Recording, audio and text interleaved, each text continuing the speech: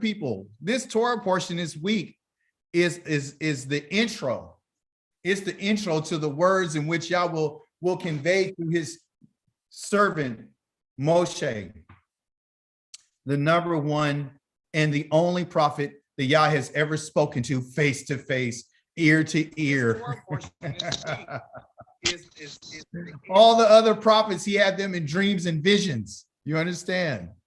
Well, with Moshe, it was not so. It was not like that. This week, we went over some things in our Torah portion. We covered a lot of information. You know, chapter number 1 primarily is giving us a time for us to reflect upon the things in which Yahweh has done for us and where he's brought the children of Israel. And what did he promise to our fathers? We realize that within the Torah portion, Yah had spoken certain words. And more than often, we don't see these words as commands, but more specifically, I want you to write this down, okay? It's very important. Verse number 8 in chapter number 1 is going to give you some information about when Moshe tells the children of Israel, okay, to see. I need you to see. He says, see, look, okay? That word right there means to ra'eh. That means to, that was the command. That was an actual command for them to do. So he gave them 2 commands in that verse. He gave them two words that he wanted them to know. The one first was ra'eh. That was a command. It was an imperative. And the second one he gave them was to go in and possess. What are we to learn and understand from those 2 words? I'll tell you right quick, is that you and I, as Yahweh's children, are to see, set your eyes on what Yahweh said that he wanted to give to our fathers, okay, which are Abraham, Yitzhak, and Yaakov, okay? That's what I want you to look at. I want you to look at the land. You understand? Not only do I want you to look at it, but I want you to put forth the effort to go and possess it. That was the second command. See and go and possess. Do you understand? Yah has killed. You fall in your Torah portion, Yah has killed kings, 2 in particular for the Emri. Now, this was the second time that they went up into the hills of the Emri, okay, the Amorites.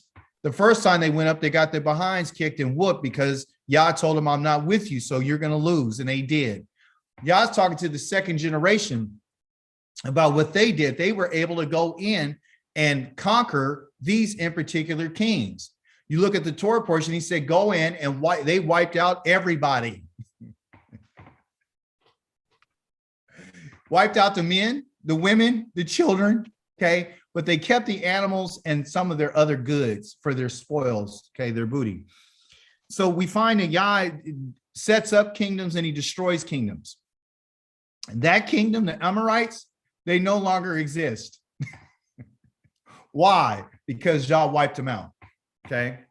Secondly, verse number 11 talks about a word. It's another davar that's used there. And this word here is davar, meaning a word. But in that verse number 11, he says that this is a promise. Yah has made a promise. The promise that Yah made to our fathers, Abraham, Yitzhak, and Yaakov, was the very word that came out of Yah's mouth, the Davarim. See, so the words that you and I are hearing today or this week has been the same words that have been transcending through time, okay? It goes way, way back when Yah made a promise. When he spoke that word, he said, I nishba de avotheka. I made a promise. I swore. And what I swore to them was I was going to give them something, okay? So a davar is not just words, but a davar is a promise, okay? And we got to learn how to keep our promises. If you say something, you got to follow up. We learned that last week. You make a vow, you got to keep it. You understand? Anything you say, you got to be careful about these things. Your words are very, very, very powerful, okay? And we have been taught to look at our words and just say, well, they're just words. I just say things. We talk more than anybody on the face of this earth. And we don't believe that we're going to be held responsible for our words and for our actions and our conduct, which is not true. As the children of the creator of the heavens and the earth, You and I are going to be accountable for every single word that's ever come out your mouth. Okay. Every promise that you've made and you have not kept it, you're going to be held responsible for it. Every time that you've raised your voice against someone that you didn't supposed to, Yah is going to hold you responsible for it. You understand? And in a sense, he's merciful and he's compassionate. You made a mistake. You say you're sorry. Yah says, I'll forgive you. Listen to me, if it was on an accident and it wasn't your intention, you understand? The moment that you come into the knowledge of that this is true, there's nothing you or I can do to stop Yah's judgment. You understand? There's certain things that he just is not going to forgive. Number one, adultery. Yah's not forgiving adultery. He's not forgiving adultery. Okay? Get that in your spirit. He's not forgiving anybody assaulting their parents. I'm not going to do that. I'm not going to forgive. I got these. If you want to verify, go to Exodus chapter number 22. You'll find that out. I'm not going to forgive when you mistreat the orphan and the widow. I'll kill you. That's what he said. These are his laws. These are the words in which he spoke to us. Okay. Also, a devar can be a thing. So it's not only a promise. It's not just speech. It's not just words. It's actually can be a thing. It can be a matter of something. Okay. Yah uses it as a plague. It could be a plague. It's a thing. Okay. Words are all around us. We use words every single day of our lives. We use words in our relationships. We use words in our business. We use words in our education and school. Words are all around us. And Yah has chosen for you and I to hear his words. Hallelujah. In chapter number 1, just giving a review, Moshe tells us about a word that the children of Israel said to him when he asked them, hey, we're going to go and take over the land. This is the first generation. And they came up with a plan. That's a word. They came with a devar. They came with a plan. Right? And they said, hey, we're going to go and do this. So we did. So every time you say a word, you're going to follow up with it. Right? You're going to do an action that's applicable to what you just said. Because your words causes you to go in a certain direction. You understand? It's like a programming mechanism. As soon as you get these words, it can either make you go in one direction or another. Just like when you listen to certain type of music, it makes you feel a certain way. It has an impact on you. Azania brought out a very huge point, is that the impact of Yah's words that it has had upon our souls is monumental. There's an impact. I can say words to you can make you feel a certain way. Words can trigger something in you. I can choose to hurt you when I speak. I can choose to comfort you when I speak. I can choose to love you when I speak. I can choose to encourage you when I speak. I can use words. They're very powerful. Songs have words in them. You can move people with your music. You can get people to shout and throw their hands up in the air. You can get people to stomp their feet. You can get people to cry when they hear certain types of words. Words are very important. Okay. The word devar within itself and its original meaning in the Hebrew means order. Okay. Order. Okay. How things are arranged. So how words are arranged, right, will give a certain order. And this is why Yah gave us the words in the mid-bar. Okay. Ba-mid-bar. We'll show you what this looks like right quick, so you can get an understanding. Here on this board right here, I'm going to put it in English, okay? Mid-bar. Mid-bar is wilderness. That's why it was ba-midbar, okay? Well, inside of this word ba-midbar is the letters, the dalet, the bet, and the resh, okay? The dalet, the bet, and the resh. Okay. And this is called in English D, B, and then R. D, B, and then R. Put their little vowels in there. Da, var, the bar. But the V, because it's not the first letter, is going to be pronounced as a V sound, a soft V sound. So D-A-V-A-R, davar. Okay. So in the wilderness, okay, Yah chose to give us his words, the ha-davarim. Okay. And the words that we heard were 10 at Sinai. All the other words that were spoken were through Moshe because that's what we chose. So Yah says, okay, you're going to choose Moshe as your representative to hear what I'm going to tell you. I'm going to tell him everything. So you and I bound ourselves to listening to what Moshe says. This is the reason why we read the Torah portion. Okay. But getting back to what I'm talking about, the words that Yah spoke to us in the wilderness was to show us how to bring order to our lives. This is what Yah's intention is by bringing us into the wilderness, is to bring order. Yah's words are designed, the Torah is designed to bring order to our lives. It shows us how to live. It shows us how to eat. It shows us how to respond to one another, all these different types of things, okay? And so it directs our way, our path, all right? And so in the word wilderness, you see the word davar, okay? Here's another thing. In English, just to prove that they're using our information, you look at the word order, okay? They have the dalet and they have the resh in there. That's even within their word, okay? That's what's even in their word order, okay? Because the root of the word davar is a dalet and a resh. And that means in Hebrew, order. That's what it means, okay? We put the dalet, the first letter, and then if we include the bet in it, the bet is the house.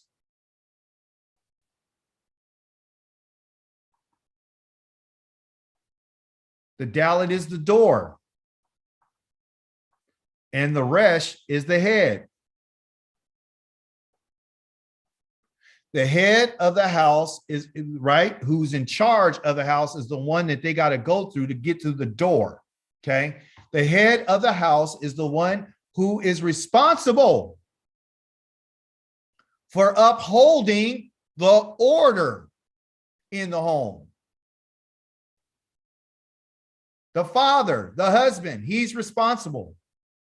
He has to uphold this order. He has to make sure that he's going to uplift and hold up Yah's words. And he has an Isha who's supposed to be there to help him hold up and to make sure that there's order in the home. You see? Because if there's no order, then there's what? Somebody tell me. What'd you say? Chaos. There's chaos. Yah is trying to get rid of the chaos. That's what's wrong with his people, his household. Thank you for that, Dr. Yored. Now, let's get into our Torah portion.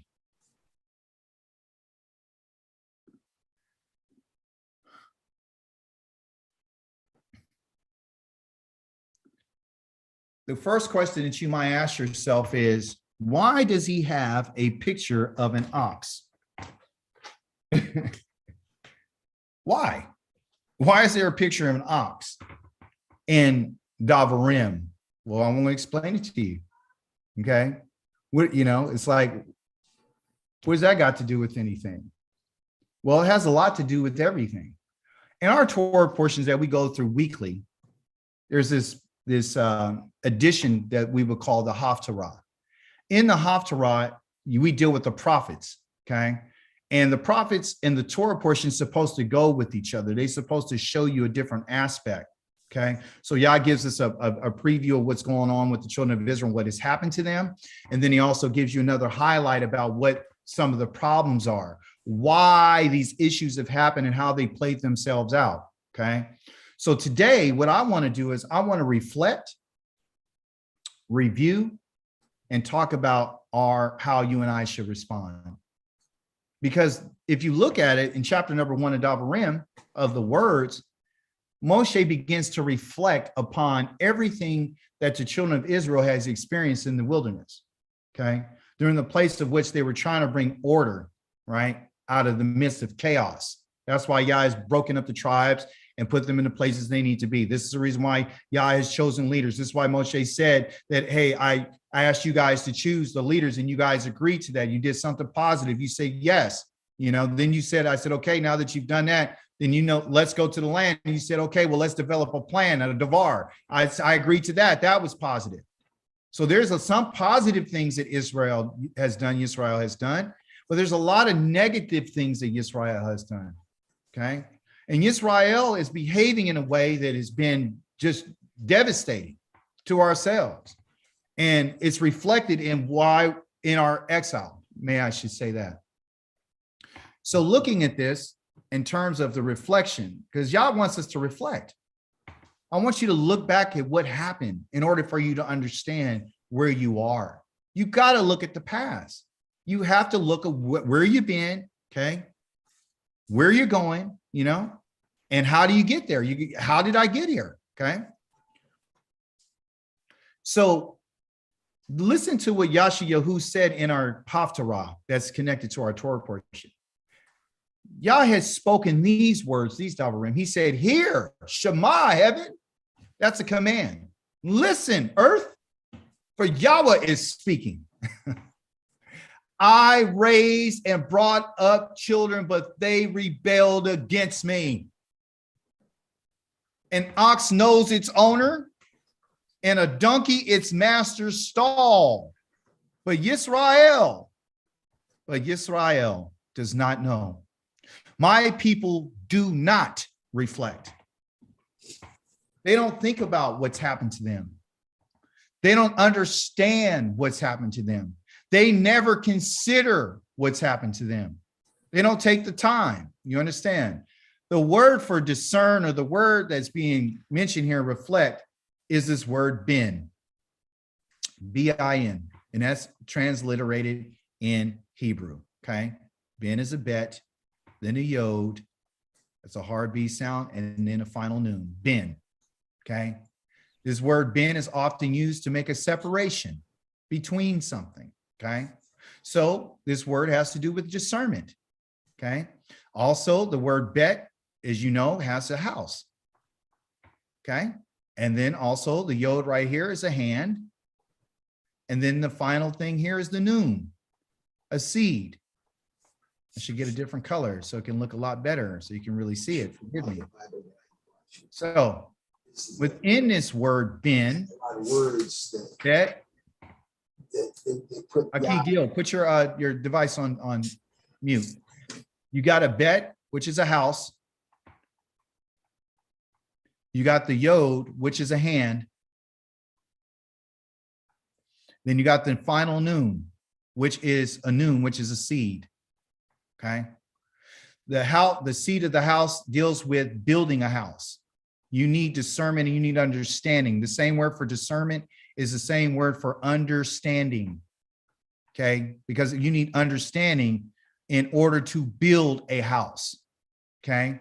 When you build that house, you're building it for the sake of the seed, which the seed has to do with your sons. Okay. You're building sons so you can build your house. Yah has built his son in order to build his house, to continue his house. Okay. So that's what ben means. It means discernment, to make a separation. So Yah's really letting us know that his people really don't understand what's going on. They have no discernment. They don't take the time to think about things. They don't reflect. Okay. So ben means to discern, but it also has the meaning for the same word used for understanding and reflect. Okay. So when we talk about, well, we need some understanding. Well, you need to do some reflection. You're about to build something. You just don't get the plan and just go and just do it. You review it. You look at it. You see what the details are of it. Okay. That's another thing. Devar means details. You got to have some details because it has to do with words. Okay. And you get your understanding from who? The Yah. So in understanding, we would say that we need a plan. Okay, there has to be a plan, and you need to understand what the plan is. The ancient letter for the bet, which I'll write here for, this is the modern letter, okay, how it's written right here. This is what it looks like. Let's just deal with that letter. In the ancient, it's written like this, okay? And what it really represents is a top-down look and approach to what you would call a floor plan. If this was looking at a floor plan, I would know, okay, well, here's the wall right here. Let me show you where the wall is. Here's the wall, and the wall is going to be there to separate, okay? So the tent was usually divided into two parts, one for the females and the other for the male. They were separated. This is why a lot of congregations will separate the male and the female from each other, because each of us have our special place that we need to be. We're not Christians, so you don't need to sit next to me and rub my back. You need to be over there with the rest of the women. And the men, you don't need to be up underneath your mama. You need to be sitting right there with your father and the rest of the men. You understand? So there's a distinction that's made between both the male and the female, and that's even in the home. There's two sides. Wish I had enough money. I'd buy a big enough house and put my wife on one side and put my family on one side and put me on the other. And I would stay on one side, they'd stay on the other. You understand? And then when me and my wife come together, we have a special place for us to come together, period, right? Just like they did with Yaakov. He had different wives, and every time he went to a wife, she had her own house. You understand? So this idea of understanding has to do with the ability to separate things and to discern between two or more things, okay? So this is a huge problem for us. Today, our people don't know the difference between a male and a female because they got these transgenders going around, okay? They don't want to make this distinction. They don't want to make a distinction between the roles of a father and a husband and a woman and being a wife, a mother. That's out the door now. Now you got women out here trying to be men, trying to raise their kids on their own, thinking they don't need a husband. You got these men out here that don't understand what their role is. You understand? So there's a lot of confusion. And when there's chaos, okay, in the family, then it's all going to be bad for everybody. Then your plan will fail. It's going to completely fail. Why? Because you didn't take the time to discern between a male and a female. You didn't discern between anything. You have to use discernment and understanding, even when you and I are dealing with our food. You and I have to make a distinction between that which is clean and that which is unclean, that which is kadosh and which is not kadosh. We have to make some distinctions. So as long as you and I are going around talking about we have understanding, we have to start putting these things into action. We have to follow the plan because that's the action of understanding. It's having a plan, all right? So Yah is going to tell us about a plan. He wants us to make some distinctions so you and I can get some understanding, because he said, my people, they don't reflect, they don't understand. They haven't made any determinations between me and someone else. They don't know who I am. And listen, here's a guy that you and I have been told, oh, well, his name is Yeshua. Here's a Yeshua right here. There's Yeshua right there. And I'm going to be a little funny right here, but Yah says, you don't even know the difference between me and Yeshua. I want you to make a distinction. I want you to know what Yeshua really is. That's what I want you to know. And I'm going to tell you what that is today. So there won't be no more ambiguity. There won't be no more chaos. And today you will leave what you will call with some understanding, because now you're going to make a division. You're going to decide, you're going to have the ability to discern between what I said and what someone else has said. Okay? They named somebody named Yeshua. His real name is Jesus. They turn around and they call him Yeshua from a Hebraic perspective and put a Hebrew name on it. And as soon as you got a Hebrew name on it, you think that that's what Yah has said, and it's not true.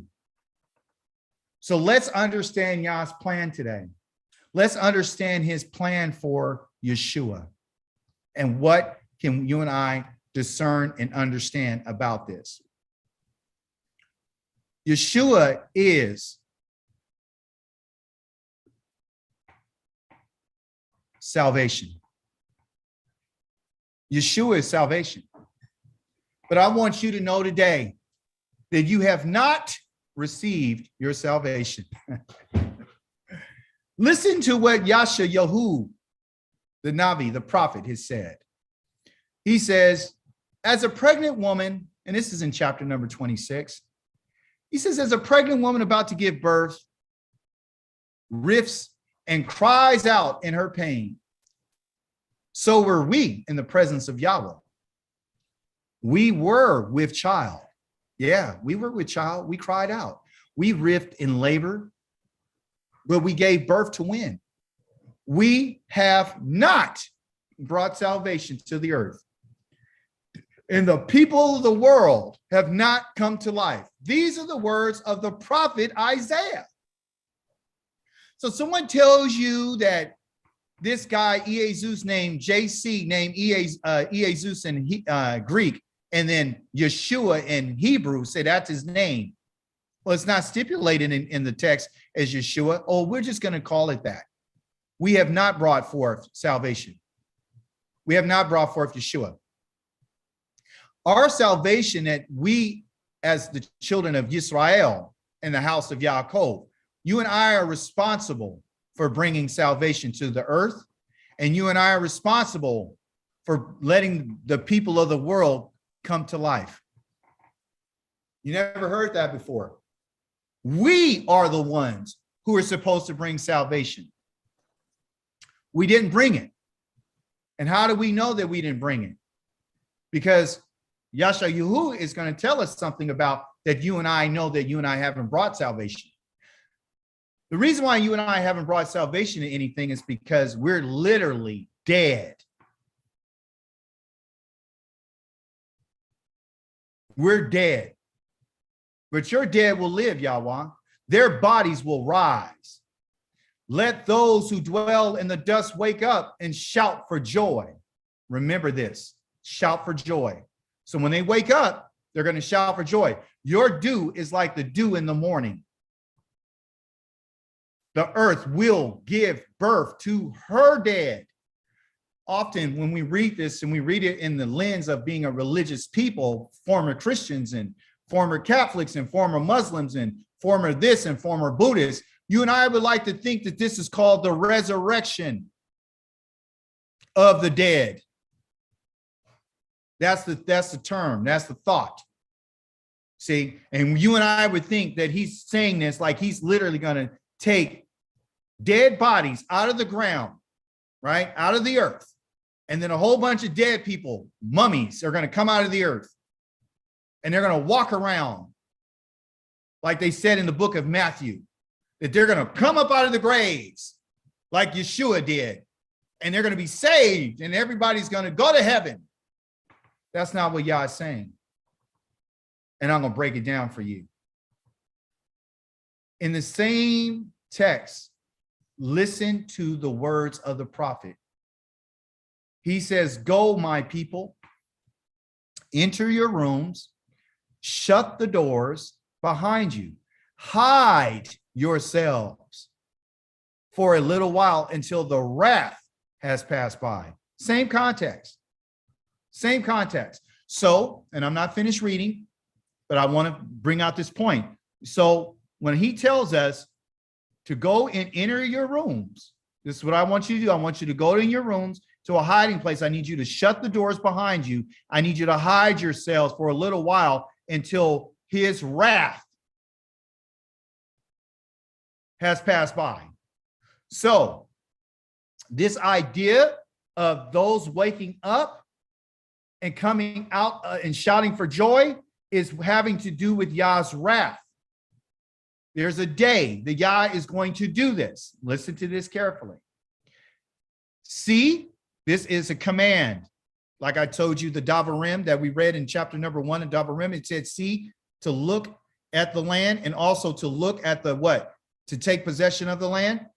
You and I, as focus, need to understand that Yahweh is coming out of his dwelling to punish. I'm coming to punish the people of the earth for their sins. That's why I'm coming. I'm coming to punish them. Okay? So this so-called your dead will live. Remember that. Your dead will live. Their bodies will rise. Okay? When? When Yahweh comes out of his dwelling to punish the earth. Now, if Yeshua has brought upon the resurrection from the dead, as it was stated in the book of the anonymous book of Matthew, then why is it that Yah is still coming out of his dwelling place to punish the entire earth for their sins, if the sins have been taken care of? And if he did come and punish the earth for their sins, then why is it that he tells us to go hide? And why hasn't the blood that was shed on it been revealed? Why hasn't that been disclosed? He says that the earth will conceal its slain no longer. This here, folks, has to do with judgment. This here, folks, has to do with judgment. It's not until Yah judges the earth that salvation will be available, because Yisrael is the salvation for the whole entire world. Now, I'm going to have to prove that to you. I'm not saying it. I'm going to prove it. There's a word that I mentioned earlier, and over here is called the Navi, okay, or Nava. A Nava is a prophet. And a prophet is somebody who prophesies. That's their job. That means that they have what you would call, it's spelled a noon, and then they got the bet, okay, and then they got the aleph, okay? That's Nava. The noon and the bet kind of look like each other. Sorry for my writing. The noon, final noon, the bet, and the the aleph, okay? That's Nava. That means prophet. The first letter is a seed, which is a noon, okay? It means to continue. The next letter is the house. So you can see the reverse of this, of Banah. Remember, we had the bet first, and then you had the noon, right? So we see there's a reversal of the letters, okay? So this idea of a prophet is someone who has a seed inside. So when someone prophesies, they're telling you about something that you and I have not seen yet. It's like planting a seed into the ground, and then over a process of time, it's being watered, it's being giving its nutrients, and then finally you start to see the shoot come out, but you still don't understand what the plant is until you start seeing its fruit. So what a prophet does is one who Yah would speak to, who would hold the words of Yah like a seed and speak those words. So they're literally like planting seeds. Those seeds over time will grow up, and then you and I would finally be able to see what he was saying after it came to life. See, Yah doesn't speak for nothing. Sometimes when Yah speaks, it takes time for that to come out and for that to be revealed. You understand? So what a prophet does is they conceal the matter, and then what they do is they speak what Yah said, they plant the seed, and you and I are the ones who would eventually see what the seed was and whether or not what they said was true. If Yah says that it was going to be an almond plant, and this guy tell us that, hey, Yah says he's going to plant a tree and it's going to be an almond, and we don't see it until we see it. So prophecy is not used to literally get you to believe anything. It's not asking you to believe anything. Prophecy is used to get you to wait. That's what Yah wants you to do. He wants you to wait to see it. He doesn't want you to believe nothing. I'm not going to tell you I'm going to kill an innocent person, and then I'm going to have you wait 2,000 plus years to tell you that you're saved. Yah doesn't use prophecy to keep people on edge or to get them to believe anything. That's the trick that the Greeks and the Romans have used, because they know how people think based on the words that they hear. Yah's looking for us to know what he said and to see it That's why he told you, look at the land, see it with your eyes and go get it. I didn't bring you there until you will believe it. When has Yah ever told you, this is what I want you to believe? This is what I want you to believe. This is what I'm asking you to believe. He didn't ask you to believe nothing. He asked you to do what he said. And he asked you to wait upon what he said, to wait for what he's talking about. So the Navi here that we're going to be dealing with is found in Ezekiel chapter number 37. Well, what does this got to do with the Torah portion? It has everything to do with the Torah portion. Everything. What you and I are missing or what we're lacking. Remember, Moshe said, go ask the people, I need you to go ahead and find men who are of wisdom, knowledge, and understanding. And then they went and they brought people who had knowledge and had people who had wisdom, but they didn't have any understanding. They didn't have any understanding. They never took the time to what? To reflect and to make a distinguishment between Yah and something else. So in our time right now, Yah's asking for us to learn how to make a distinction and to understand, okay? So Ezekiel 37 is going to help you understand some things about what Yeshua is. What is salvation? How does that apply to you? What should I be seeing with my eyes? Okay, so he says this, with the hand of Yahweh upon me, Yahweh carried me out by his spirit and set me down in the middle of the valley, and it was full of bones. He had me pass by all around them. There were so many bones lying in the valley, and they were so dry. And he asked me, human being, can these bones live?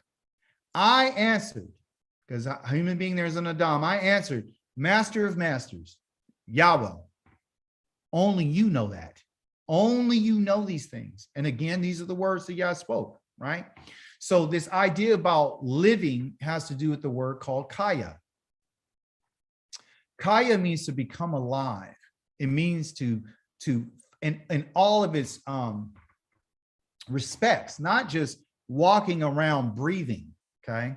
It's not talking about, it's having the fullness of its existence and why it was created, right? So if we say that we're alive and yet you and I are not functioning the way that we're supposed to be functioning, you and I are not really living the way that we're not really living.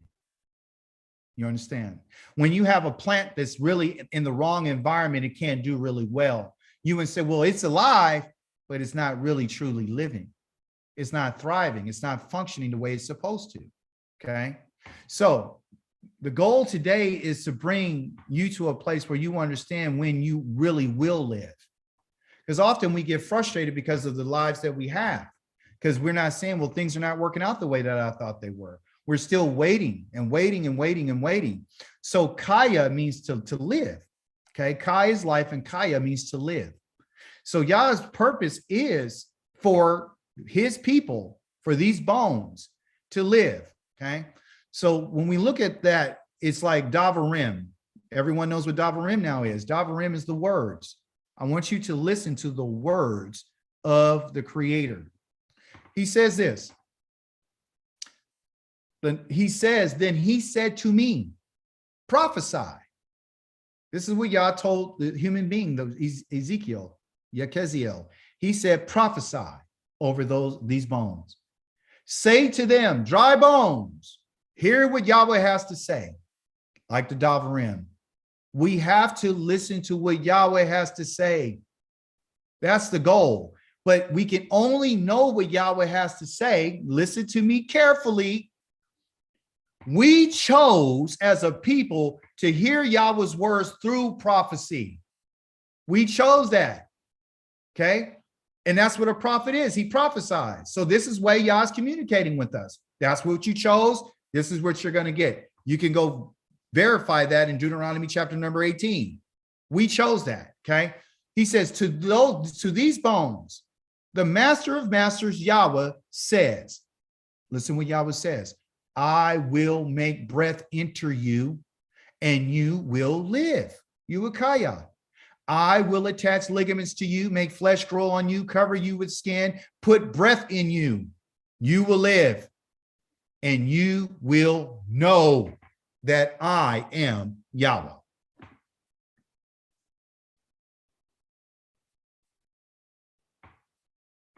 This word here has to do, is called quol. Q-O-L, quol. Okay. Quol has to do with a voice or a sound. Okay. And that's the next part that we're going to be dealing with, because when he told him to prophesy, what he did was he prophesied. He followed the command. That's what it's Zawah is. He followed what the command that Yahweh told him to do. And while he was prophesying, okay, while he was planting the seed, there was a noise, there was a quol, and I heard a rattling quol, a sound, and it was the bones coming together, each bone in its proper place as I watched. Okay, so as I'm prophesying, these bones start coming together, the ligaments grew on them, flesh appeared and covered them, but there was no breath in them. They were still dead. You understand? You can have ligaments on you. Listen carefully. Your bones can be attached. You can have muscles and sinews and tendons and everything connected together. You can have skin on that body. But if there's no breath in it, there is no life. The life has to come by a command of Yahweh. Okay? It has to come by a command of Yahweh. The Navi prophesies. Next, he said to me, this is what the Yahweh said to him. He said, prophesy to the breath. You see? So we can see that the body is different than the breath. There's a separation between the body having ligaments, tendons, skin, flesh, and all that. It needs the breath. The breath is separate from the body. This is the reason why the Creator has told him, not only now have you prophesied to the bones, now I want you to prophesy to the breath. So he prophesied. He says, human being, prophesy, human being, and say to the breath that the master says. And then that's what he's going to say. This is what the master says. The master says, come from the four winds. This is the master talking. Come from the four winds, breath, and breathe on these slain so that they can live.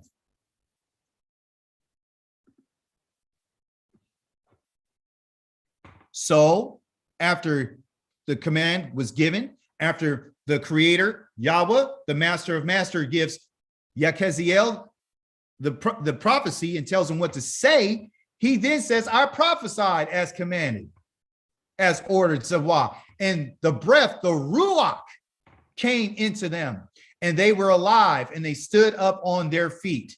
Okay, the feet here is called the Raglayim. Just wanted you to know how to say feet because you have them and you should understand. So we see that at one point, the bones came together, the ligaments are on there, the flesh is on them, but yet they don't have no life. Then after he prophesied to the breath, not to them, the breath came into them and they were alive and they stood up on their feet, a huge army. Then he said to me, human being, these bones are the whole house of Israel, and they are saying our bones have dried up, our hope is gone, and we are completely cut off. Yah knows what his people are saying. Okay? That's what they're saying. But what did he do? He lifted them out. This word right here, you probably heard a lot of Muslims say it's called Allah. We have an Allah, and our Allah means to rise. Okay? So what we're seeing, and I'm going to put the pieces together. This is just pieces of it. I'm going to put it all the puzzle together for us in a second. So Allah, what did Yahweh do? He rose us up. Listen to this. Yah says in Allah, when Yah raises us up out of our graves, something's going to happen. Therefore, prophesy to them that the master of masters says, my people, Amen, Amen. That's how you say my people. I will open your graves and make you get out of your graves. I will bring you into the land of Israel.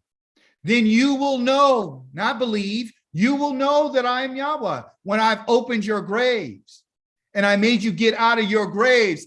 Ami, my people. Yah does not call us his people until you and I are brought out of our graves. From his perspective, I don't care what our thoughts are, from his perspective, you and I are nothing but a group of people that are separated from each other. We're not risen up together as a nation. Yes, we're starting to come together. The bones are starting to come together. The ligaments are starting to appear. We're starting to join ourselves together. We're starting to understand who we are. We're starting to call ourselves by the names of the house of Israel and the tribes of Yaakov. We're starting to follow what Yahweh says. We're starting to do those things. While we're in our valley, while we're in a place of dryness, why we're not truly living. And yet Yah says, I'm going to raise you up. But he also gives us a Na'um. Everything that he said is a Na'um. He said, I will put my spirit in you and you will be alive. Well, according to what he just said and what he told the prophet, there was a time when Israel had came together, but yet they were still laying down. They're still in their graves. It's not until Yah puts his spirit into us that you and I will be raised up on our feet and to be able to stand before him.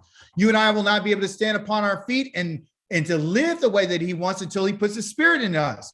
He is not going to put his spirit into us until he places us back into our own land. And you, Ami, will know that I'm Yahweh, that I have spoken. That word spoken is called Devar, and that I have done it. Everything that I've ever said to you, I will do. So when someone's going around telling you that they have his spirit, and they're going around and they're telling you that you and I are really living the way that we're supposed to be living, they are so far off. It's unbelievable. This Na'um means that it is an utterance of what? A declaration that I have made that is soon to follow. So Yah has told us, I've spoken this word. I will put my Ruach in you. My Ruach is to direct your path. The Resh, the Wa, and the Ket. Ruach. Okay. We got the Ket, which is the wall that separates from the inside from the outside. We got the Resh, which is the head of a man. It's the man that's outside. The man outside, that's what it means. The man outside. What does the man outside does? Well, the man outside is following a prescribed path. Just like the wind. The wind goes on certain paths. You understand? So a man who's on a prescribed path, who follows a certain way that he does things. So every day he wakes up, he goes out, he feeds his oxen, he goes ahead, he gives food to the donkey, he takes the oxen out, he does the field, he does this, he tends to the sheep, he does all these different things. He goes get water, he does it all. A certain way that he does things. He builds certain things, has certain projects. So we know that Yah's letting us know, and you can verify this in chapter number 31, I believe, 31 of Yeremiyahu, which they would call Jeremiah 31, where it says that I'm going to write my Torah in your minds, and then you will be my people and I will be your Elohim. Yah does not call Yisrael his people until they're back in their land. It's not that you and I are not his people. He doesn't declare that we're his people. You and I want him to declare that he's our Elohim while we're in our exile. But if he was to declare that in front of the heavens and the earth, like he did when we opened up our Torah portion just a few moments ago, where he told the heavens and earth that I have raised up children, they've rebelled against me. Every time Yah speaks, everybody's listening. So regardless of what you and I want it to be, it's only going to be what he said it's going to be. Okay. So the Na'um is this, is that we're not in our land. The Na'um is this, is that Yah's intention is to bring us back. And then when we get back to our land, we'll have his Ruach. We'll have the Ruach. And you can verify this again in Ezekiel chapter number 36. He tells you, you don't have my spirit. I haven't given you my spirit. I have not given you my spirit. And this is additional proof that Yah has not given us his spirit. You have a spirit, okay? You have a spirit, but your spirit is not the spirit of the set apart one. And you and I need to understand that, okay? So this is what he's trying to get us to understand. The salvation for us is not what you and I have been told. The salvation for you and I is the one that has to do with what he has said.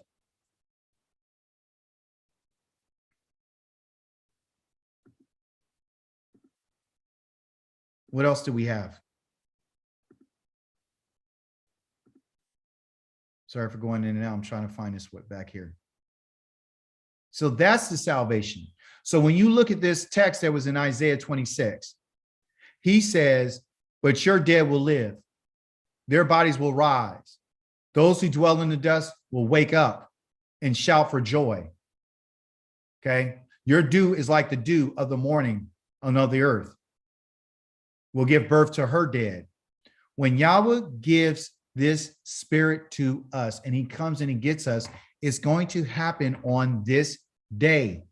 When Yahweh is coming out of his dwelling to punish the earth, that's when the dead for us is going to rise.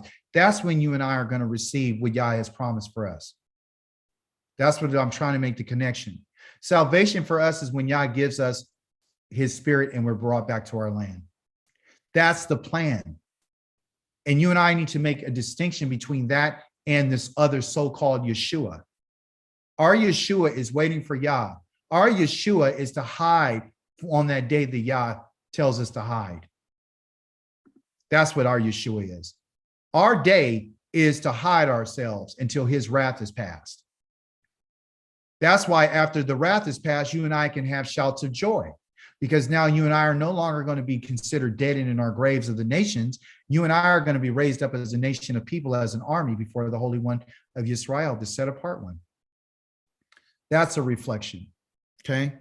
I want to review something about the latter days. Okay. It says, however, from there, and this is what we found in the Torah, not in our Torah portion, but in the book of Davarim.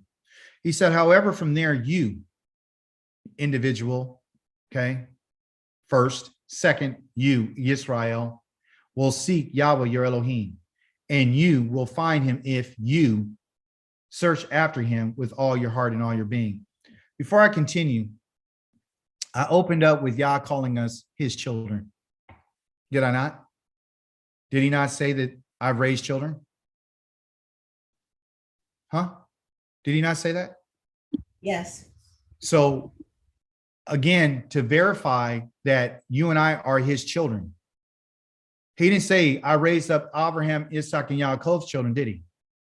What did he say? I raised up children. I raised up children. My children. I don't really think that you and I get that.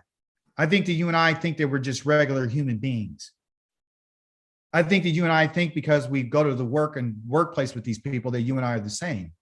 I think because you and I have a nose and we have eyes and we have ears and we have hands that you and I believe that we're just like everyone else.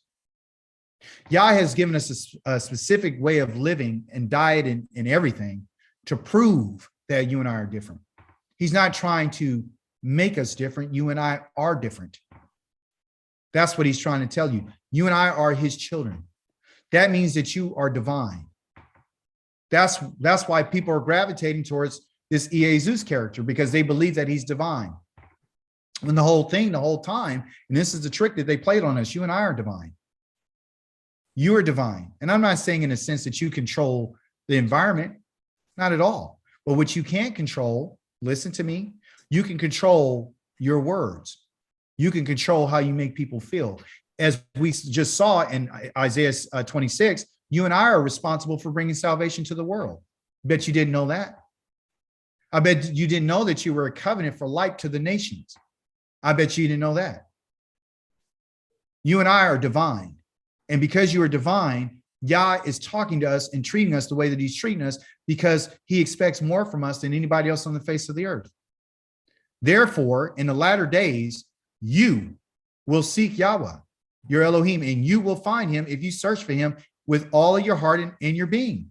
That's your mind. That's your being. It says, in your distress, when all these things that come upon you in the Akarat Hamayim, that means the last days, the latter days, you will return to Yahweh your Elohim and listen to what he says. For Yahweh your Elohim is merciful. He's a merciful Elohim. He will not fail you, destroy you, or forget the covenant with your ancestors he swore to them. So often we get confused because we don't know what covenant he's talking about that he swore with our ancestors. There's several covenants but which one is he talking about? Which covenant do you think he's talking about? Do you think he's talking about, I won't forget the covenant that I swore with who? He has a covenant with Abraham. Yes, Azania.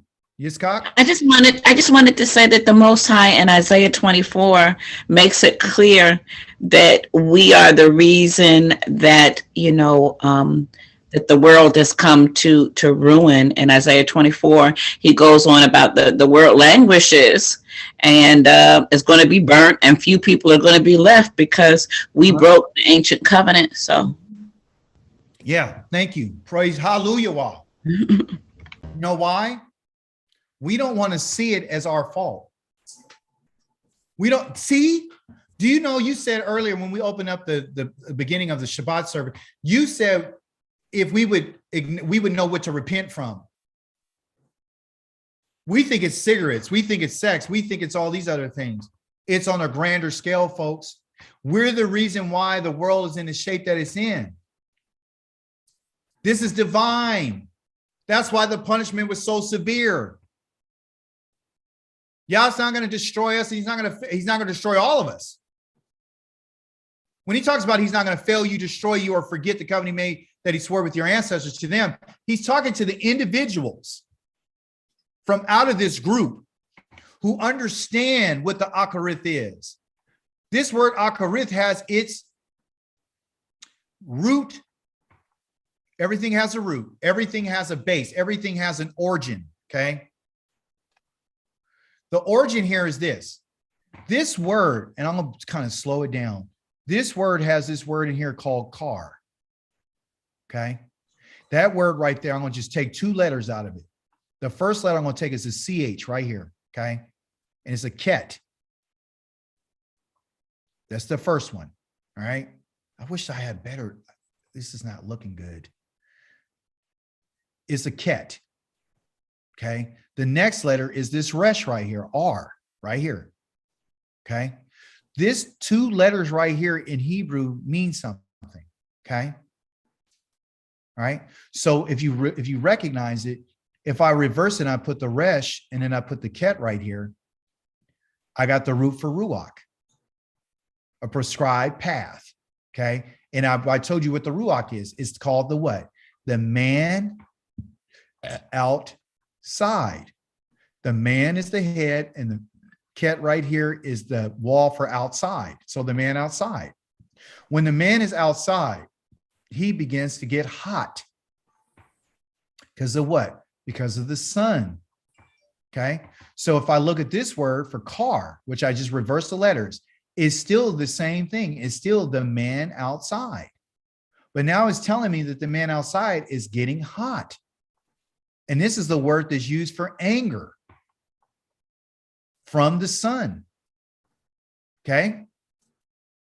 When the sun is on you and is beating on you, you're exhausted. Okay. And you get very, very hot and you become red and you become flush. You understand?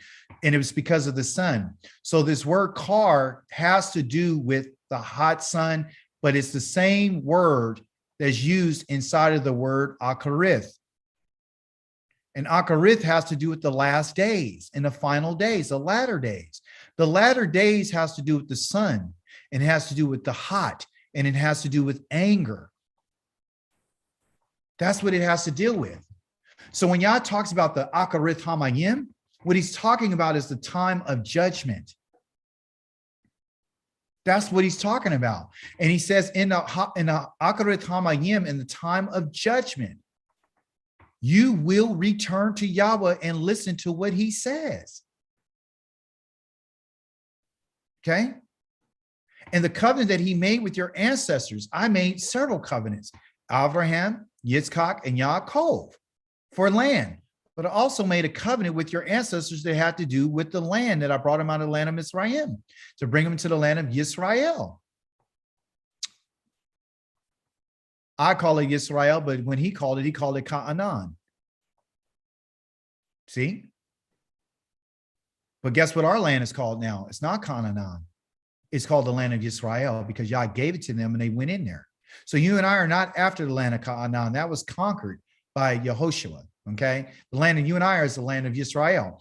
But back to my point, the covenant that Yah has given to us is what he will not forget. He will not forget the covenant that he's made. He made a covenant to our fathers to tell them, guess what? I'm going to be your Elohim. And when the Akarit Hamayim happens, when the time of my judgment happens, I won't forget the covenant I made with you. If you search after me. If you don't search after me, and if you don't seek me, you're not going to find me. And I won't save you in the Akarith Hamayim. You will die. That's what I'm telling you. You're going to die if you don't seek me. I'm your salvation. I've given you an example. Here's another example of my salvation. He said, not a single one of these people, this whole evil generation, this was in our Torah portion this week. This whole evil generation will see the good land I swore to give to your ancestors. Except who? Except Caleb. Except him. He's a dog. That's the name for Caleb, a dog. And it means a dog is one who's loyal. He says that him and of Yufune, he says he will see it. With what? His eyes. Not spiritually, physically. I will give it him. I will give him and his descendants the land he walked on physically, because he has followed Yahweh. This word follow is akar, which is the word for what? Akarith. To follow after. So the following days, the latter times, has to do with following Yah. If you and I don't fully, completely, which is Male or Mala, if you and I don't fully follow Yah, then you're going to be destroyed. You will not go in and see that good land that I swore to give to your ancestors. That's a condition for receiving anything from Yah. Our condition is this, and you and I should take it in today, and we should understand it. You and I have to fully follow Akar. Follow Yahweh. You have to seek Yahweh. Follow him 100%. There can't be nothing inside of us that's still holding back and withholding things from him.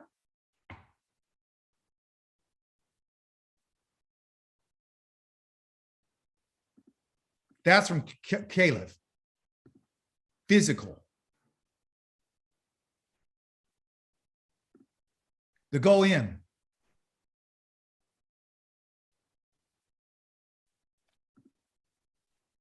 Caleb is a Hebrew word. You already know that. Guess what else is a Hebrew word? Goyim. Goyim are the nations. Listen to what Yah says to the nations about the Akarith Hamayim. Watch what he says.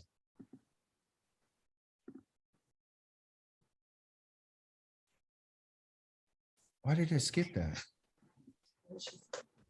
Going back, I'm sorry, you guys. We went too far. Here you go, the Goyim. In the Akarith Hamayim, the last days, the days that are coming. Okay? Mayim is days. These are the days. The mountain of Yahweh's house will be established as the most important mountain.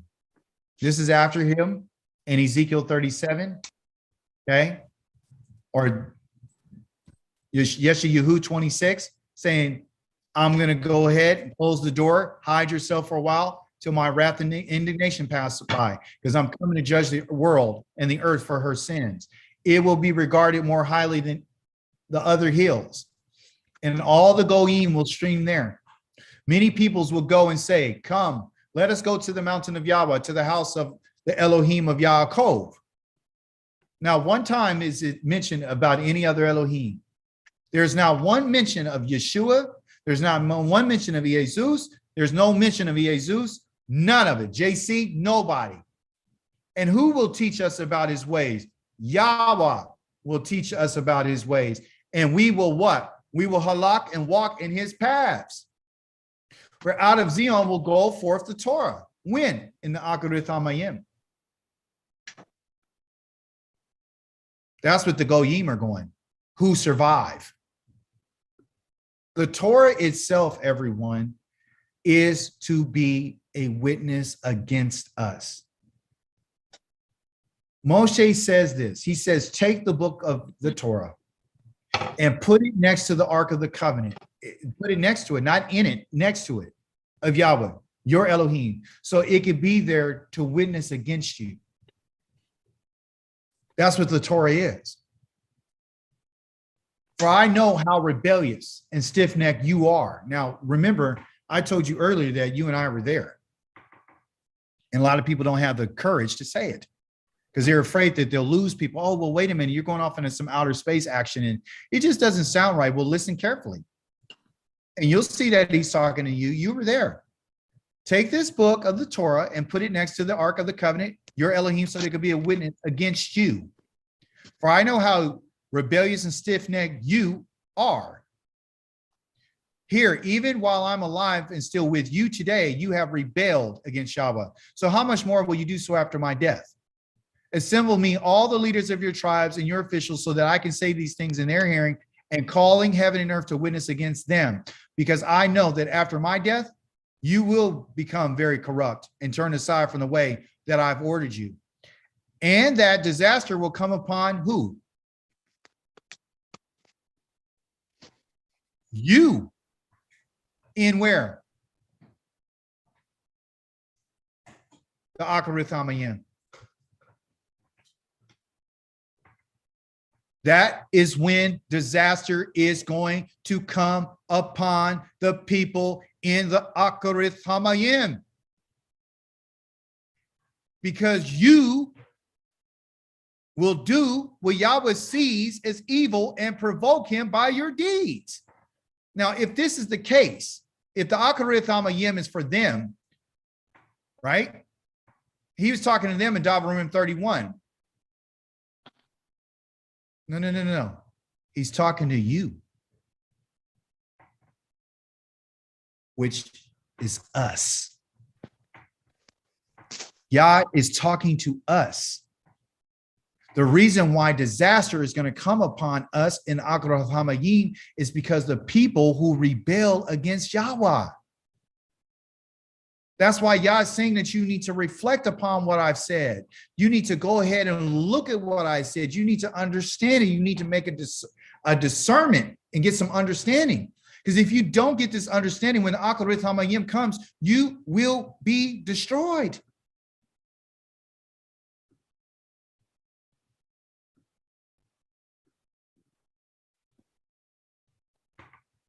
Finally, in response,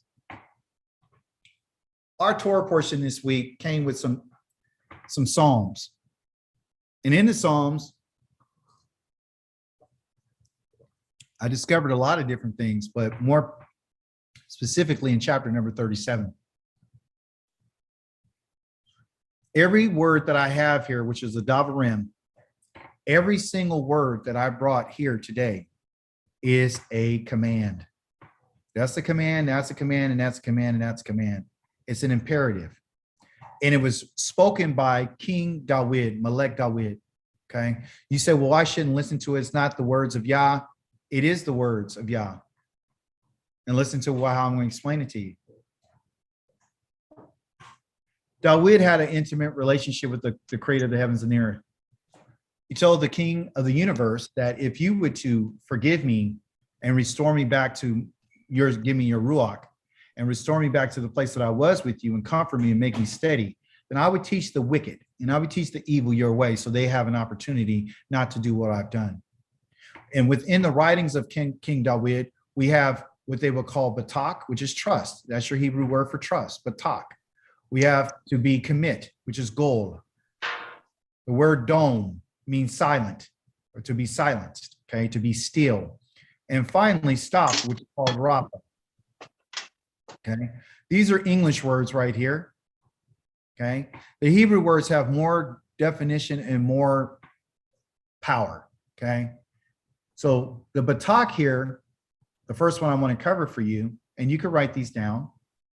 Batak, goal, G-O-L, dome, okay, dome, okay, meaning to be silent, and rafa, okay. And then finally here, davarim is a whole nother deal. But these words right here are the 4 commands that you and I are going to look at today in conclusion of our lesson. Okay. Why is it important for us to batak? It's important for us to batak because we need to put our confidence in our creator, the king of the universe. Okay. Yah had told the children of Israel in chapter number 1 in the book of Davarim. I didn't write it. Forgive me. I forgot to put it down here at the bottom. But he says, yet in this matter, you don't trust Yahweh, your Elohim. And they didn't trust Yahweh in plenty of manners. They didn't trust him when he brought them out of Mizraim. They didn't trust him for food. They complained. They didn't trust him for anything. They didn't have any courage after all the things that Yah had shown them, after he killed the armies of Pharaoh. They didn't trust him. They didn't have any, they didn't support Yah in anything. But to support, to have trust in Yahweh is a command. It's a tzawa. That's what you and I need to understand, a tzawa. A tzawa is a command like tzawa oath, okay? Tzawa. Tzawa. You learn everything else, you're going to learn this. Tzawa, okay? A tzawa is a command. Yah is asking for us to put our confidence in him and to put our trust in him. And that's the reason why he's given a written notice to everything that we've done. So in Psalms 37, David has said this: trust in an imperative, in a command form in Yahweh, and do good. Okay, that's the first thing. Trust and do good. Trust in Yah. Put your confidence in him. Right? Then it says something about settle in the land, which I thought was interesting. Well, why would he tell us to trust in Yahweh and do good and settle in the land if they're already in the land? Well, simply, David is writing this for our benefit. A lot of times we think he's writing for them. Yahweh, just like Yah has used Moshe to write the Torah for our benefit for future generations, these words that were written by King David is for the benefit of us in this day that you and I are in. He understood you and I are going to be put out of the land. He knew that. You read his writings, he knew we were going to be put out of the land. He asked Yah to restore us. He's asked Yah to forgive Israel. He's asked Yah to take us away from the nations. He asked Yah to get rid of our enemies. He's asked Yah to do all these different things. He had a really distinct and a very special relationship with the Creator, which he's trying to get us to understand how close you and I should be. Okay. So the thing is if you trust in Yahweh, you will do good because Yahweh is goodness. Okay. But it's talked about settling the land. If you and I don't trust in Yahweh, you will not go to the land. You will not settle in land. And if you're not in the land, you're not going to feed on the faithfulness of the land. If you look at Psalms 85, it talks about the inheritance and the salvation of Israel is found in the land. That's where it is. That's where it's at. The faithfulness of the land is its fruit and its produce and what the land has to offer. The land has a lot to offer us. Clean water, good food, minerals, vitamins. It's not just the gold, the silver. It's the food that comes out of the land, nourishment. It means that your seed continues to live. That's why you need to focus, see the land and pursue the land. If you do that, then you will delight yourself in Yahweh. But you got to trust him first. That's the number one thing you and I have to do. And he will give you your heart's desire. When you and I are in the land, that's when Yahweh will give you your desire of your heart, because your desires will change when you get into that environment. When you begin to really live and you begin to understand what life really truly is about, and you understand the plan and your mission, you and I then will be able to receive the desires of our mind. Right now, it's very difficult because the things that we want so desperately we can't have, because we're not in a position to really pull it off, to be honest with you. If you really had the mind of David, you would care about all Israel. So if your heart's desire is for all Israel, then why don't we have what we need? It's simply because we're not in our land. But before you go to the land, the first thing you and I need to do is trust Yah. That's what you have to do in order to get there. Caleb did, and so did Yahushua. Second, gold, G-O-L, gold. When I looked at this word, I was like, okay, well, gold, they have English to, I'm going to go back. Gold means to commit. I was like, okay, commit. And I looked at the word goal, and I was like, what is goal? G-O-L, right? Goal means to roll, okay? It means to roll. It means to get the ball rolling. That's what goal means. Because this means to go in a circle, okay? Or to roll something, okay? So I said, well, what do you mean? Yah says, get the ball rolling. I was like, what do you mean? Commit. Start the process. Make a commitment to it. So let's read the words of what he says, okay? Not here in Davarim, but listen what he said in Davarim in our Torah portion. He said, but you would not go up. Instead, you rebelled against the order of Yahweh. He's talking to the second generation. But in your tents, you complained because Yahweh hated us and that he has brought us out of the land of Mitzrayim only to hand us over to the Emry to destroy us. Okay, so this was their process. This is what they were saying. This is what they had in their minds, that Yah hated them. That was the word. Listen to me carefully. You complain with the words. That's what you use. You use your words to complain. You use your words to say that Yah hated us. You use your words to say that he brought you out in order to destroy you. Those were your words. And what sort of place is that we're headed for? Again, they're talking, they're using their words.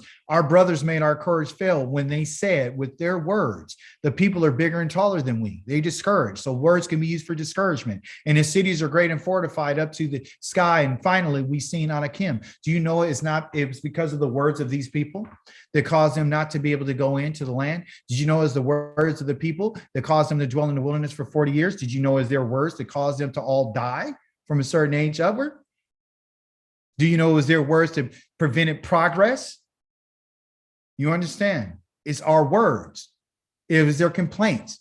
So you and I have to be careful about that. So what they did was they weren't committed to Yah. They didn't get the ball rolling. Okay. So our command is, our tzawah is to get the ball rolling. Gold. You and I need to goal our way. Okay. So when you look at this now, and this is goal, G-O-L, that means to roll. Roll your way. Start rolling towards Yah. Get it moving. Roll means to move.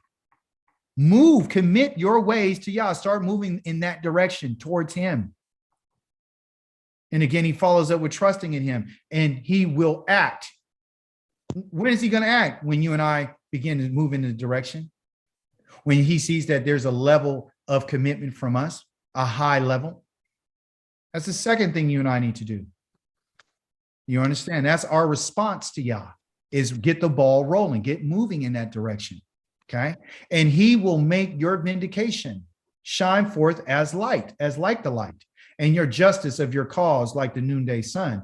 Well, he's making reference to your vindication. Your vindication is the day of your salvation, when you will be declared guiltless. You understand? When Yah would make things right for us. But it begins with this process. You got to get the ball moving. You got to make a commitment towards him. So get moving your way, okay? Roll into Yahweh. Roll into him, okay? You know, you get the ball rolling, you just push it down when you go bowling, the ball can't knock the pins down until you get the ball rolling, right? So take the ball, put it in your hand, and throw it. Be committed to it. You understand? Okay. You got to do it. It's something that you and I need to do. Hallelujah. Okay. So these words are words of encouragement. The Davarim we're giving right now is of encouragement. The second or the third one is called dome. This word here, dome, has to do with the word dam, which has to do with blood. D-A-M. Okay. You put an A on it, it's Adam. Okay. Meaning dam is blood. Dam is blood. So what does it mean to be silent? It means that dome means the silencing. Okay. Of what? Literally to become dead. Okay. And why does Yah want us to literally be dome and be silent? I want to tell you why. The dome here is to understand that in Davarim, what did they do? They weren't silent. Guess what they did? He said, then you answered me. Moshe speaking. He said, we've sinned against Yahweh. This is found in Davarim chapter 1, I think in 40 something. He says, we sinned against Yahweh. They're speaking words. Now we will go up and fight in accordance with everything Yahweh Elohim has ordered us. And every man among you put on his arms, considering it an easy matter, a davar. That's what a matter is, to go up into hill country. But Yahweh said to me, tell them, don't go up, don't fight, because I'm not there with you. If you do, your enemies will defeat you. Because they weren't willing to accept Yah's judgment about saying, turn around and let's go, they opened their mouth again.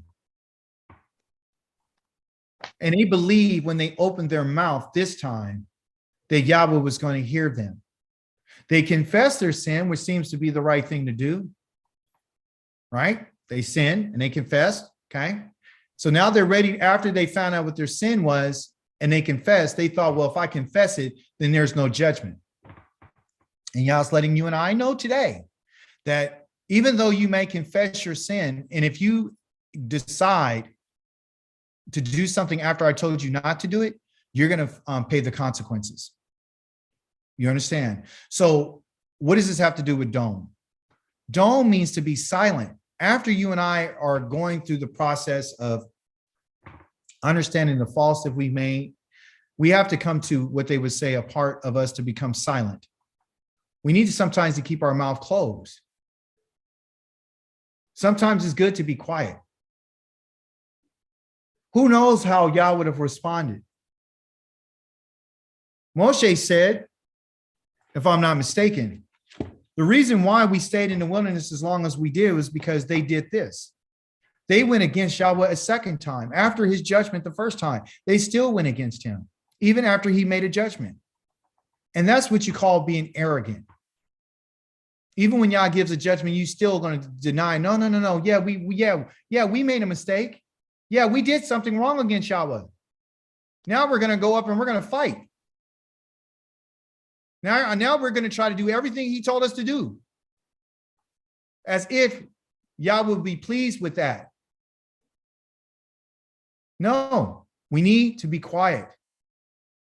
They should have just kept their arms off. They should have took their punishment, but they didn't. They were defeated because of what they said. We're going to go up now.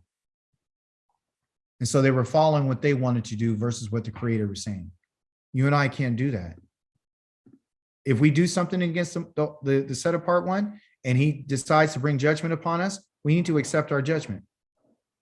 And we need to be quiet. Okay? We need to be quiet. We do a lot of talking, but we need to be quiet.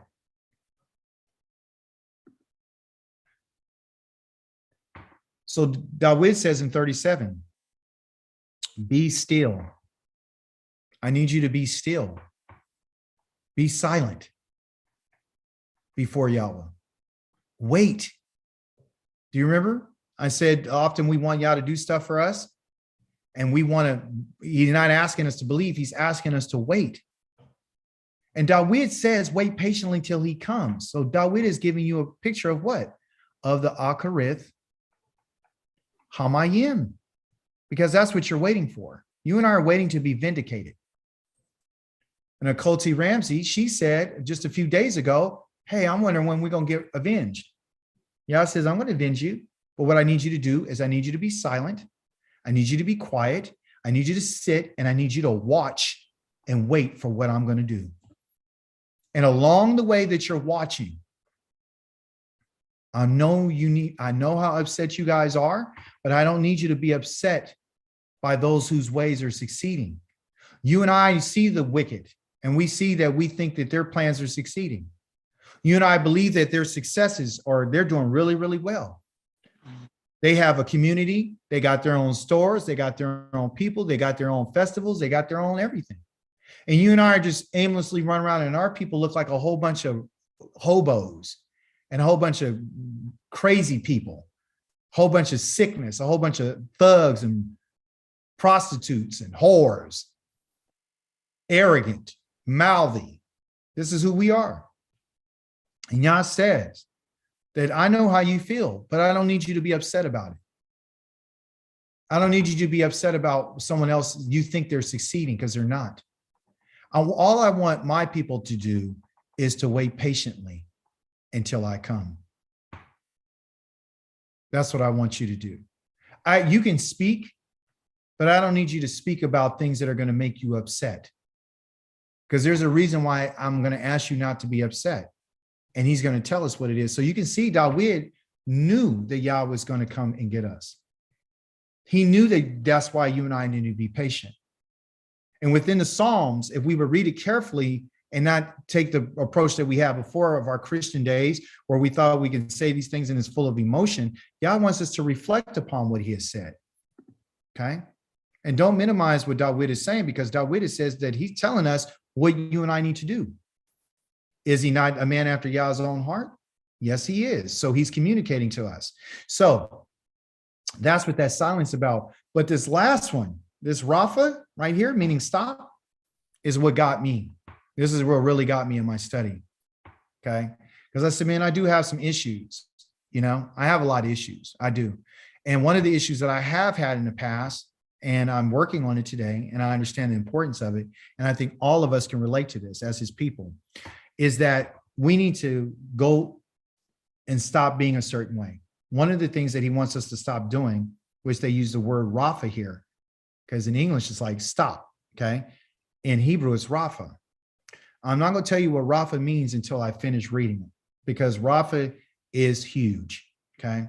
It's huge. It's what really got me, and I think it's going to get you too. Rapha is right here. Rapha is, they have it transliterated or translated as stop, okay? But that's not what his definition is, all right? It has many definitions. When it says to stop, it really means to sink and to relax, okay? So relax from being angry, okay? Remember we just read, don't be upset, but wait, right? You think the wicked is doing really well, and you don't seem like you and I are progressing. Yah wants us to sit back and relax. And he wants to sink into your chair or whatever you're in and relax. And he wants you and I to put aside rage. Okay. This word rage right here is the word called, that I told you earlier, kara. Now, if you look at kara, it has that ket and that resh in it again. And the ket and the resh is the man outside in the hot sun. And the hotness means to rage, which is anger. So Yah doesn't want you and I to be angry. He doesn't want you and I to be raging. He doesn't want us to be upset, because what heat and rage does, it leads to evil. Okay, that's what it is. And rage, listen to me carefully, as I told you right here, has to do with the akarith, because that's in the word akarith here, the ket and the resh again. It's in that word. So it's a day of anger. It's the days of hostility and rage and burning. Okay. So I don't need you to be angry. Okay. I don't need you to be in rage. I don't need you to be upset, because it's going to lead you somewhere. It's going to lead you to evil. Okay. And it's going to lead you what they call Ra. Okay. And that means misery. That's what it's going to lead you to. There's a reason why David is saying this. I didn't catch it until I really started looking at the Hebrew in it and understanding the words. There's a purpose behind us not being angry. And he says, for evildoers will be cut off. Okay. So here's the connection. And I want to take our time. That's why I'm calming down. The rage is what's evil. Okay. And what being upset and angry is evil. And evil, or for those who do evil, will be cut off. So if you and I are running around angry, listen to me carefully. You and I stand a very high likely of being cut off, because you and I will be considered evil. I know this is going to rub everyone the wrong way. Almost everybody. It rubbed me the wrong way. I didn't want to accept it, but I'm going to accept it. I have to accept it. Yah considers anger and rage and to be upset evil, because it leads to evil. Okay. Don't try to change what it says, because if it's evil and I'm doing it, that means that I'm the doer of it. Because if you reverse evil doers, it'll be doers of evil. That's what an evil doer is a doer of evil. So it's up to us to stop, to relax from this. Because if you don't stop being this way, then you're going to be an evildoer, because it leads to evil. And those people will be cut off. So you and I will be cut off. So you and I have a choice. You and I can hope, which means wait. Hoping in Yahweh. Those who are hoping Yahweh, those who are waiting for Yahweh, will inherit the land. You understand? So you can't be evil, and you can't be angry, and you can't be in a rage, and you can't be upset all the time and think that you are going to be, while you're doing this, that you're waiting for Yahweh while you're feeling this way. Because that means that you're not trusting Yahweh. Because if you really trust Yahweh, you would know that the wicked's plans will be put to end. They will be cut off. That's why King David is telling us this. Okay. So when you wait for Yahweh, because that's what hope is, you're patiently waiting for him, meaning that you cease, you're in silence, you're waiting, you will inherit the land.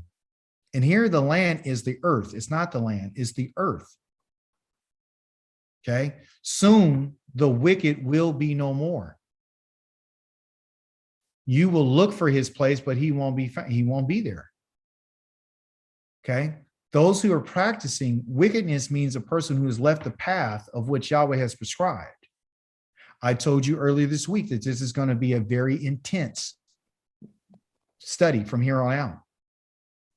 Because when Yah speaks to us, he's telling us exactly what it is. You and I have never been told that if you are upset and you're in rage, then that's going to cause you to be evil. It leads to evil, folks. And if it leads to evil, that means you're going to be a doer of it. And if you're going to be a doer of it, you're going to be cut off. Yeah, I was saying, my people, I can't have you being upset all the time, because that's not conducive, because your anger will lead you to murder. Where he said, if anybody, hey, we talked about hate. King David, Melech David, had begun this psalm off. I put this first verse last because I want you to see why he says, don't be angry. Don't be upset by evildoers or envious of those who do wrong, for soon they will wither like grass and fade like the green in the fields. He's letting us know that if you and I practice any type of wrongdoing or evil or being envious or being wicked, then you and I are going to wither right along with them. That's the level. Remember, I told you that we need to be a high level of what? Of commitment. High level of commitment. If you have a high level of commitment, then you and I are going to understand that you and I can't do this anymore. We can't be upset no more, because the don't here is a command. It is a command. Stop was a command. That's an imperative. That's a tzawah. Okay. Those are not suggestions. It's not recommendations, folks. And the king of Israel has told us these things because he understands, because he has a mind after Yah's own mind. That's what Yahweh is, a man after Yah's own mind. He thinks like Yah. He does. Not Yah's heart, Yah's mind, how Yah's mind is. I mentioned that word kara to you again, simply because it's going to let us know, which I already told you what kara is. Kara, again, deals with anger, being upset, looking for something. Look at what Yah said. The first time he even mentioned a word, Yahweh said to Cain, and Cain is what they call Cain in English. Okay. He said to Cain in chapter number 4, a better shift in the beginning. Why? Lama the kara. Why are you angry? Why are you so downcast? Why is your face have, fallen down? You have a face that's fallen. If you are doing what is good, should you hold your head high? If you don't do what is good, sin is crouching at the door. It wants you, but you can rule over it. You can radaf, you can control it. The idea that we can't control our sin and that we need someone to die for our sin is ridiculous. Why be angry? Anger leads to sin. Anger leads to us doing that which is evil, because that's what sin is. And you and I have never been taught that. You understand? So that's what kara is. And that's why Yah doesn't want us to be like that. He wants us to stop it. Oh, all praise and glory be to the King of the universe. I can now tell you why I didn't explain the word Rapha. I told you sink and relax. Well, the word Rapha means to be healed. That's a command. I need you to heal from your anger. I need you to stop. I need you to be healed. So when I told you to stop, if you put it in its proper context and you put it in its proper Hebrew definition and its meaning and what it means, what I'm really telling you is this. I'm telling you to be, I don't like that. I want you to see it. Be healed of your anger. Get rid of it. This means turning aside means turn away from it. Turn away from it. Be healed of it. A lot of us are not healed. That's why we suffer from anger, and that's why we suffer from anxiety, and that's why we suffer from being upset all the time. Because you and I have never sought to be healed from it. Yah's asking us to walk away from it. If you and I turn away from that, because if that turn aside from it means that if you turn away from it, it's been causing you the pain. That's what's causing it. So I need you to be healed from it. The only way you can be healed from it is you got to turn from it. I need you to turn away from it so you can be healed. That's what he means by stop, so it can stop. Because if you don't stop it, then it's going to overtake you and you'll be counting sin and you'll be making moves based on your anger. You'll be making decisions based on anger. I don't know how many times I could tell you that I made decisions off of anger. It cost me thousands of dollars. Okay. Or I lost money. Okay. Or I lost relationships, or I lost whatever because I didn't know how to respond. You see, it's okay to be angry when you're a Christian. You just pray about it and go to church and cry. God's not saying that. He's telling you and I to get rid of it, to turn away from it because it's not good for you. Okay. The final word that we have, the davarim that we have here is what Yah is going to tell us. This is his final word for us today. He said, I will instruct you and teach you in this way that you are to go. I will give you counsel, and my eyes will be watching you. Don't be like a horse or a mule that has no understanding, that has to be curbed with a bit and bridle, or else it won't come near you. Many are the torments of the wicked, but grace surrounds those who trust in Yahweh. Be glad in Yahweh. Rejoice, you righteous, and shout for joy, all you upright in heart. As you notice, I highlighted all the different things that Yahweh wants to give to us and what we should be and what we should do. Yahweh wants to give us the Torah to teach us in which way that we and I are to go. That's what he wants to do for us. He wants to teach us. He wants to give us counsel. Okay. Like he said, his eyes are watching us, right? I'm watching you. But what stuck out to me was he's telling me, I don't need you to be a horse or a mule. I don't want you to be like that don't have any understanding. And that kind of hit me really hard. I was like, what? Yeah. David, you're being like a mule. Yeah, you're very powerful in your own way. And a mule, you're durable. But yet, every time I turn around, I got to put something in your mouth to turn you into my direction. Instead of me just talking to you and expecting you to respond, you're not responding towards me. I got to curb you. Bits in a horse's mouth can be damaging to the horse's mouth. It's very painful. There's some arguments, some discussion about what bridles and bits do to a horse. It's in their mouth and they can't talk. It's hard to breathe for them sometimes. It hurts them, And I'm saying, I don't want to hurt you. I don't want to do that. I just want to talk to you. I want you to come near me. But why do I got to use restraints and forces? Why do I got to do that kind of stuff? Why can't I just talk to you?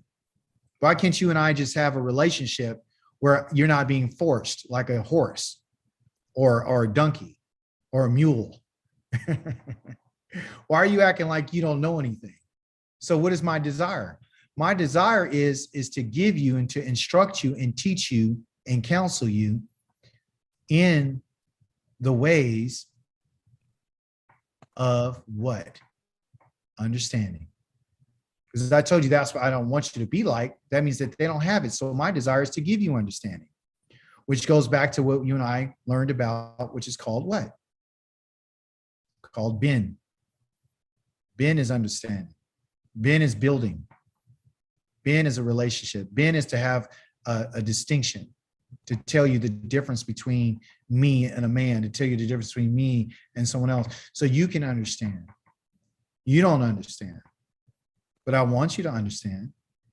I want you to know that you have been with me from the beginning. I want you to know that I formed you from the womb. I want you to know that I am your Elohim. I want you to know that I'm the king of the universe. That's what I want you to know. I don't want to put a strain on you like that. I just want to talk to you. So what's next? Well, there's a lot of things that are next. Our next Torah portion is called Wa'et Kanan, and that's called And I Pleaded. We're going to hear about Moshe making a plead. He not only pleads to Yahweh, but he pleads to the next generation to tell them what it's going to be. Okay, so that'll be found in Devarim chapter 3, verse 23, 7 to 11.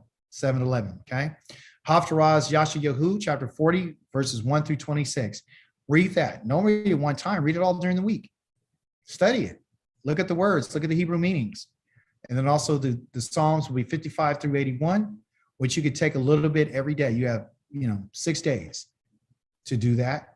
So get your double portion on your 6th day. Okay. And, read 55 through, 60 through the first day, second day, read it, third day. What I found too, and those are they're just guidelines. They're just recommendations. And let me explain something to you. When I was reading the Torah portion, I read the Haftarah this week, and then I read the Psalms. There was a lot of Psalms, lots of it. But I found myself slowing down in my Psalms because I wanted to get more of an understanding. That's what I wanted. So I took a little bit extra time when I didn't get through all of my Psalms. I focused on the ones that I was able to focus on and the one that Yah really got my attention with. And I wanted to ensure that, hey, you know what? I'm going to spend some time with this because I want to give a different response to him. I want to respond to Yah differently. See? So that's the goal. The goal is for us to respond. That's what we have to do. We have to respond to him. And that's what he's looking for. Let's see here. Some of my share. guess it's not working. Okay. So that's it.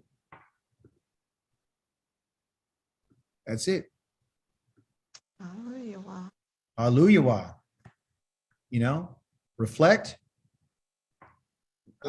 There it is. I want us to reflect, review, and then respond. And let's be smarter than his ox. Let's be smarter than the donkey. The donkey has more sense than you and I have. My children don't even know who I am. I raised them. And I brought them up. They're my children. You and I are his children. You see? And that's what he's asking us to do, is to remember him and to reflect. That's why I put that picture there. Because if this ox knows its owner and a donkey knows its master stall, surely you and I should know that Yah is our creator and he's our father. And we have to respond accordingly. And we have to know, call it what it is. We have to know what root salvation, and we have to know what this Akarit Hamayim. I think Azania is putting up doing a series and doing a presentation. We'll share that, Azania, that you're doing on your Rising Zion about judgment. Yes, on August 19th, we have the judgment edition of our publication coming out, and it's just speaking about, all the judgment going on the earth, and just hoping to bring us to the point where we can just all agree that we should be very remorseful and have repentant hearts at this point in time. I think right now, a lot of our people, they see all the judgment going on in the earth, and people are really concerned